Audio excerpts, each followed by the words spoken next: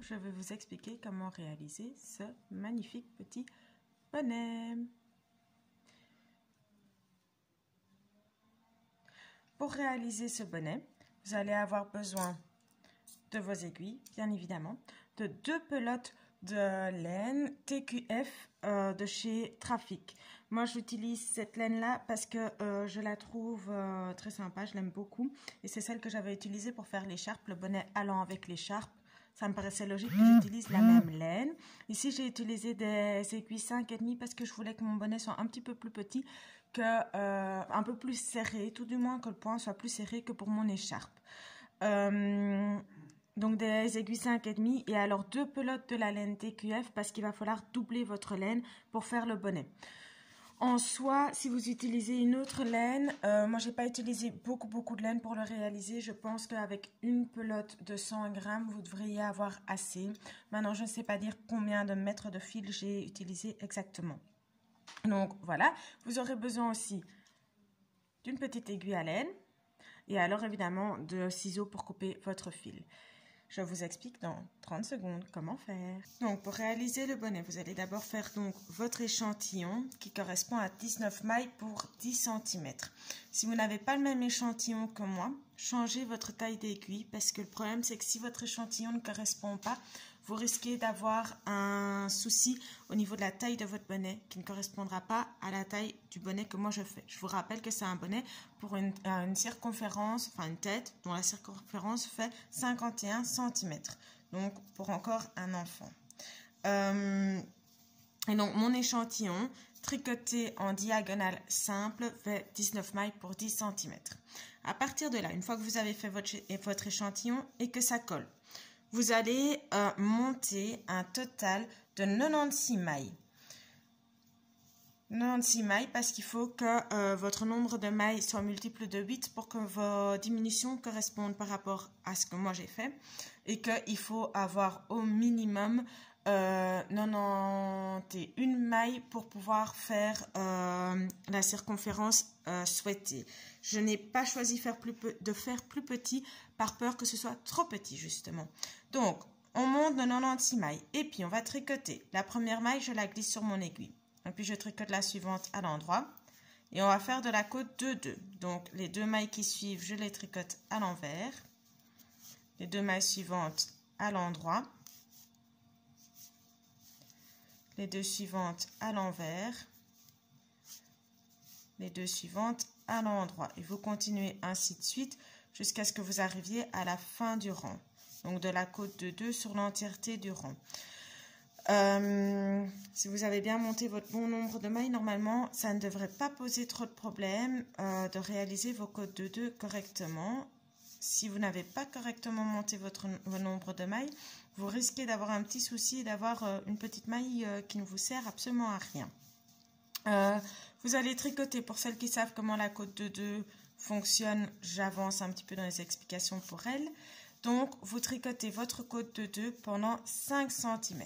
C'est ce qui va vous faire la petite bordure du bonnet qui vous évitera que votre bonnet ne remonte. Et puis, parce que c'est plus joli quand il y a une petite bordure.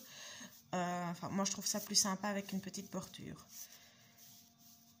Pour celles qui ne savent pas exactement comment fonctionne la côte de 2, alors, vous pouvez éventuellement aller voir sur ma chaîne. Pour celles qui ne savent pas monter vos mailles, la même chose. Celles qui n'ont pas encore appris à monter les mailles, simplement allez sur ma chaîne. Vous allez fouiller dans mes vidéos. Vous allez trouver une vidéo qui vous explique l'échantillon, ce qui est pas mal. Pour celles qui n'en font pas d'habitude, je vous conseille fortement d'aller voir des vidéos et d'aller vous renseigner sur l'échantillon parce que c'est super important pour que votre ouvrage au final corresponde à ce que vous voulez, que vous ayez le bon résultat et qu'il n'y ait pas de souci dans les tailles de vos ouvrages. Donc, cette vidéo-là, vous allez la trouver. Vous allez aussi trouver une vidéo qui vous explique comment monter vos mailles, qui est plutôt intéressant aussi si vous ne savez pas encore comment faire. Maintenant, je suppose que si vous regardez ma vidéo pour savoir comment réaliser le bonnet que j'ai ici, c'est que vous avez quand même déjà monté des mailles sur vos aiguilles.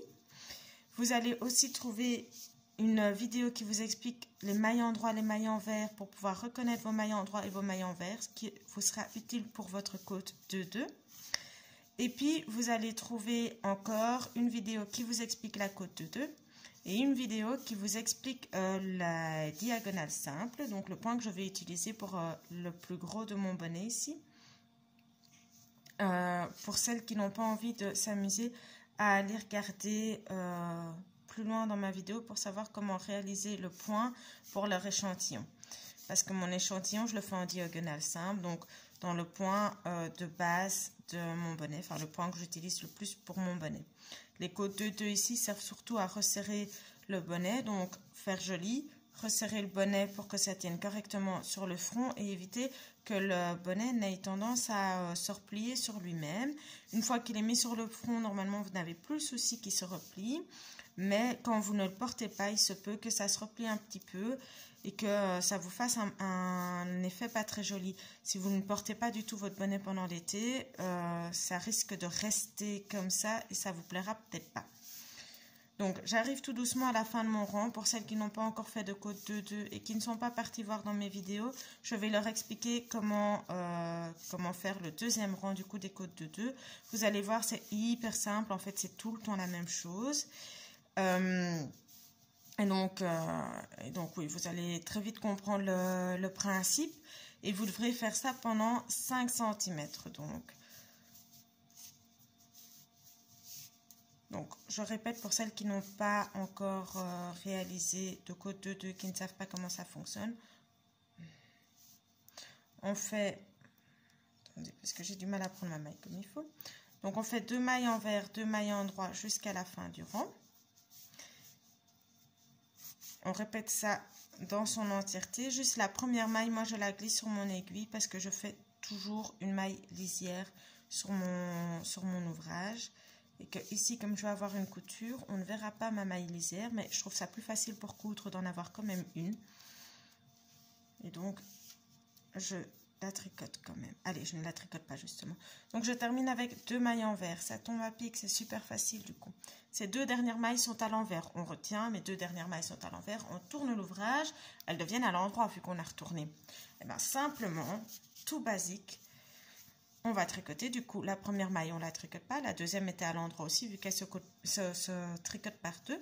Donc, je la tricote à l'endroit. Et puis, 2 mailles envers. Et puis, je recommence 2 mailles endroits, 2 mailles envers, 2 mailles endroits jusqu'à la fin du rang. Et tous les rangs, vous allez faire 2 mailles endroits, 2 mailles envers, 2 mailles endroits, 2 mailles envers, jusqu'à ce que vous ayez 5 cm. Je vous retrouve une fois les 5 cm obtenus. J'ai donc tricoté mes 5 cm de côte 2-2. Je vais commencer le point du bonnet maintenant. Alors, pour cela, on va faire l'onglet diagonale simple. On vient chercher la deuxième maille qui est sur notre aiguille. On la tricote à l'endroit, on ne l'écoule pas. On vient chercher la première maille sur l'aiguille. On la tricote à l'endroit et on écoule les 2 mailles. On fait attention quand on le fait. Moi ici, je tricote avec une laine doublée, donc ce n'est pas toujours facile à voir, mais faites attention à ne pas accrocher les brins de votre maille, sinon ça ne fonctionnera pas. Donc on vient chercher la deuxième maille qui est sur notre aiguille, on vient prendre la première, on tricote les 2 et on écoule les 2 ensemble. Donc on vient chercher la deuxième maille qui est sur notre aiguille, on tricote cette deuxième maille, on n'écoule pas, on vient prendre la première maille qui est juste avant, on tricote à l'endroit et on écoule les 2. Et vous allez faire ceci jusqu'à la fin de votre rang. Donc le deuxième rang, on a tout tricoté à l'envers, l'entièreté de nos mailles. Je suis maintenant au 3e rang, je ne vous montre pas le 2e rang parce que c'est assez facile à faire, vous faites juste des mailles à l'envers. Le 3e rang, la première maille, je vais l'écouler, je ne la tricote pas parce que c'est ma maille lisière. Et parce que le 3e rang est un petit peu plus particulier que le premier, juste qu'il y a une maille de différence par rapport aux autres, par rapport au premier. Donc, le 3e rang, vous tricotez pas la première maille, vous allez prendre la deuxième maille après sur votre aiguille, celle qui est donc la 3e du rang. Vous la tricotez à l'endroit, vous ne l'écoulez pas. Et puis, vous venez prendre la première maille, vous la tricotez à l'endroit et vous l'écoulez. Donc, comme le rang 2, jusque la première maille n'est pas tricotée. Vous allez donc de nouveau venir chercher la deuxième maille de l'aiguille, la tricoter à l'endroit, on n'écoule pas. On vient rechercher la première maille, on la tricote à l'endroit, on écoule. On vient chercher la deuxième, on la tricote à l'endroit, on n'écoule pas. On vient chercher la première, on la tricote à l'endroit, on écoule. Vous faites ça jusqu'à ce que vous soyez arrivé à la fin du rang. Et puis le rang suivant, ça va être très simple. Tous les rangs impairs d'office, vous allez les tricoter à l'envers. Vous tricotez l'entièreté du rang simplement à l'envers. Une fois que vous aurez fait ces 4 rangs, eh bien ce n'est pas très compliqué. Vous allez répéter ces 4 rangs autant de fois que nécessaire que pour avoir la mesure que vous avez besoin. Dans ce cas-ci, la mesure qu'on a besoin, c'est d'arriver à 12 cm au total. Donc, il faut faire 7 cm en plus que les 5 du début. Donc, ici, d'ici en dessous de votre rang de montage jusqu'à vos diminutions, en fait, vous allez faire 12 cm au total de tricot. Après ça, on commencera les diminutions. Mais ça, je verrai avec vous à ce moment-là. Donc, on va tricoter ces 4 rangs jusqu'à arriver à 12 cm. Et on se retrouve à ce moment-là. J'ai donc fait mes 12 cm au total. Donc, 5 de côte de 2 et puis 7 de diagonale simple. Maintenant, j'arrive du coup à mes diminutions. Et là, ça va être un chouïa plus compliqué parce qu'il va falloir calculer. Alors, on va commencer sur un rang envers. On fait toutes les diminutions sur les rangs envers. Donc, si vous arrivez avec 12 cm, vous êtes sur un rang droit, je vous conseille de tricoter un petit rang en plus. Donc, on va tricoter les 7 premières mailles normalement, donc à l'envers. 4, 5, 6 et 7. Et puis, on va tricoter 2 mailles ensemble. Et puis, de nouveau, les 7 mailles qui suivent, on va les tricoter simplement à l'envers. Oui, simplement à l'envers, pardon.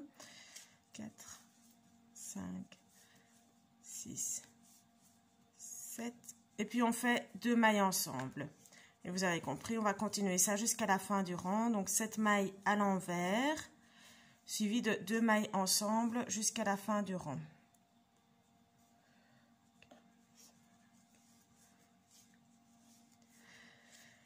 Et une fois qu'on aura fini ce rang, on va tricoter le point normalement. Donc, le rang endroit, on le fait normalement.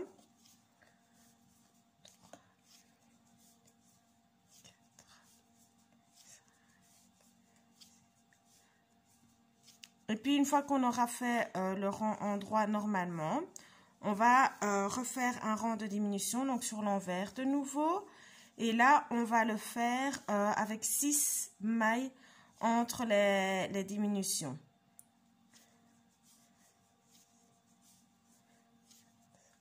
J'essaye de ne pas perdre mon fil en même temps, d'arriver à suivre ce que je fais.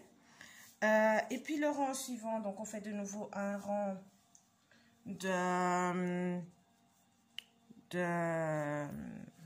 du point normal, donc de diagonale simple. Et puis on va faire 5 diminutions sur le rang qui suit. Et ainsi de suite.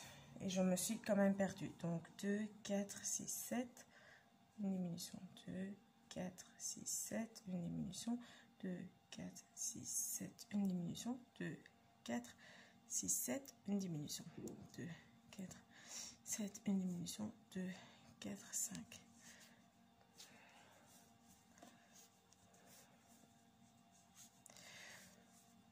Donc, je vais arrêter de tricoter en même temps parce que sinon je m'y perds.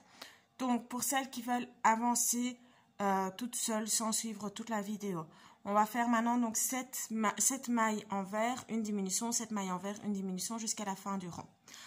On tourne l'ouvrage, on fait le point de manière normale, tout à fait classique. Puis, on retourne l'ouvrage, on est de nouveau sur un rang envers. On fait 6 mailles, une diminution, 6 mailles, une diminution. On retourne l'ouvrage, on fait le point normalement. On retourne, on est de nouveau sur un rang envers. 5 mailles, une diminution, 5 mailles, une diminution. Vous avez compris, à chaque rang envers supplémentaire, on aura une maille en moins entre les diminutions. Donc après, ce sera 4, 3, 2 et une maille entre les diminutions. Je vais vous retrouver une fois que j'ai fini mon rang. Et comme ça, je peux vous expliquer pour le point là où on en est arrivé. Voilà, je suis donc arrivée à la fin de mon point. Et là, en fait, pour ce rang-ci, il va simplement falloir savoir, oh, c'est difficile, hein. Donc, il va simplement falloir savoir où est-ce que vous en étiez arrivé sur votre dernier rang endroit. Donc, si vous l'avez commencé avec une maille endroit toute seule et puis après vos mailles croisées, alors ce rang-ci, vous allez commencer directement avec vos mailles croisées. Si vous avez commencé avec directement les mailles croisées et que des mailles croisées, alors ce rang-ci, vous allez faire une maille endroit et puis vos mailles croisées. Vous allez tricoter votre rang de manière tout à fait classique, comme vous l'aviez fait précédemment, quoi, simplement. Ça, c'est le rang tout simple. Une fois que j'ai fini ce rang-ci, je vous retrouve pour le prochain rang de diminution. J'arrive donc à mon deuxième rang envers dans lequel je vais faire mes diminutions. Le rang précédent, j'avais fait 7 mailles, une diminution et j'avais répété ça jusqu'à être arrivé à la fin de mon rang. Ici, je vais faire 6 mailles, une diminution. Donc 6 mailles, 2 mailles ensemble. 6 mailles de nouveau.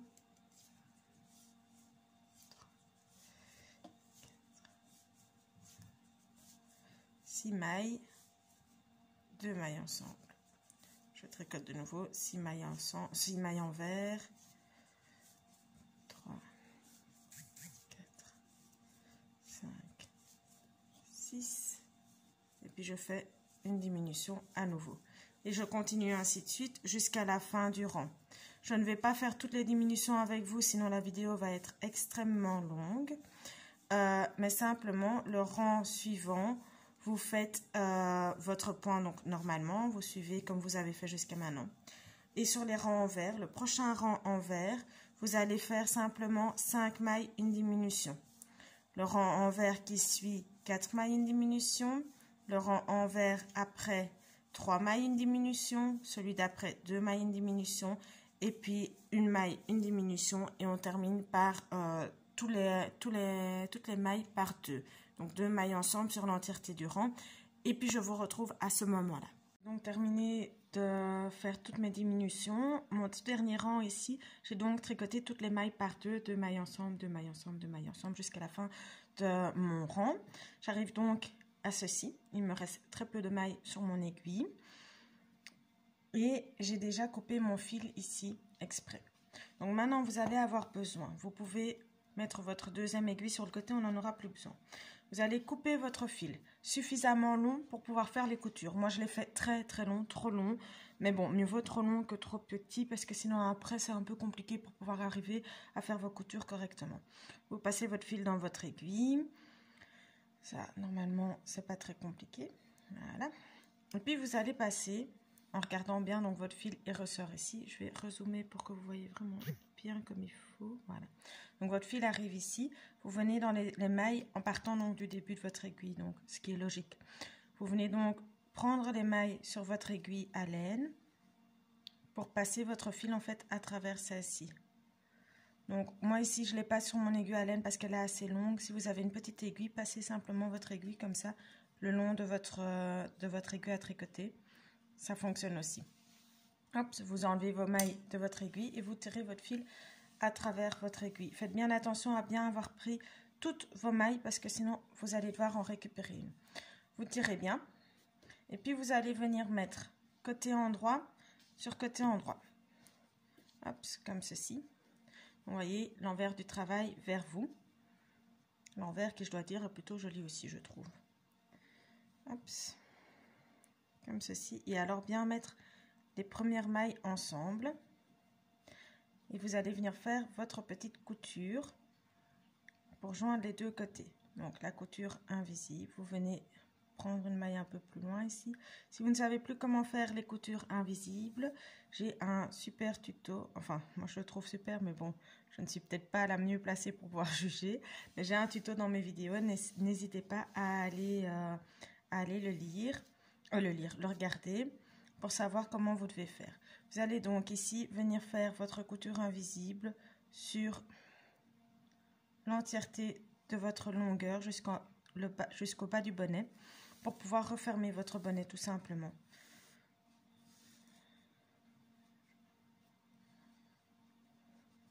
Oups. Voilà. Vous allez donc tout coudre ensemble jusque tout en dessous. Je vais évidemment pas vous montrer l'entièreté de ce que je fais parce que c'est un petit peu long, surtout que vous savez aller simplement voir dans mes tutos, je l'explique dans les tutos.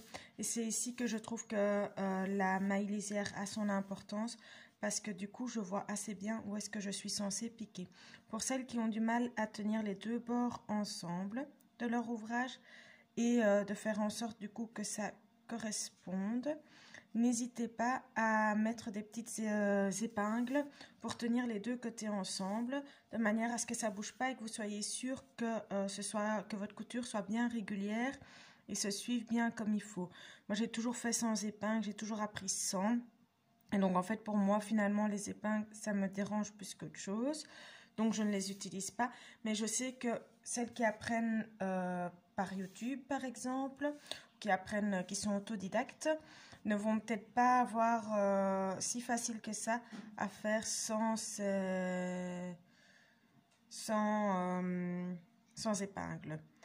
Donc, n'hésitez pas à en mettre si vous en avez besoin. Ça ne fera qu'une meilleure couture si vous arrivez à faire avec. Et vous devez simplement faire attention à bien les enlever, évidemment, après. Hop. Voilà. Et alors, n'oubliez pas aussi de bien serrer votre couture parce que sinon, vous allez avoir des trous dans la couture. Évidemment, des trous dans un bonnet, c'est un petit peu bête. Ça ne réchauffe pas beaucoup la tête, hein. Donc voilà, une fois que je suis arrivée tout en dessous, je vous montre. C'est pas très compliqué ce qui reste à faire, hein. Au contraire, c'est même plutôt très très simple après. Et je pense que certaines d'entre vous se doutent de la suite. Voilà, j'arrive donc à la fin de ma couture. Je repique juste une dernière fois au tout début du bonnet pour pouvoir faire mon nœud en fait simplement. Donc je viens de piquer, je passe mon fil complètement jusqu'au bout. Je tire encore un petit coup. Et puis en fait avec le fil que j'avais du début, qui m'a servi pour mon montage de mailles, et le fil que j'ai utilisé pour faire ma couture, je vais faire un nœud entre les deux pour pouvoir refermer ma couture et que ça ne lâche pas. Je le fais généralement en double. Et puis vous allez simplement couper vos fils et venir les cacher dans les mailles du bonnet pour que ça ne se voie plus. Ça nous donne donc ce petit bonnet. Bon, ici, il y a encore les fils qui pendent, évidemment, vu que je ne les ai pas encore rentrés. Voilà, j'espère que ce tuto vous a plu et que je vous reverrai pour le prochain. Ciao, ciao!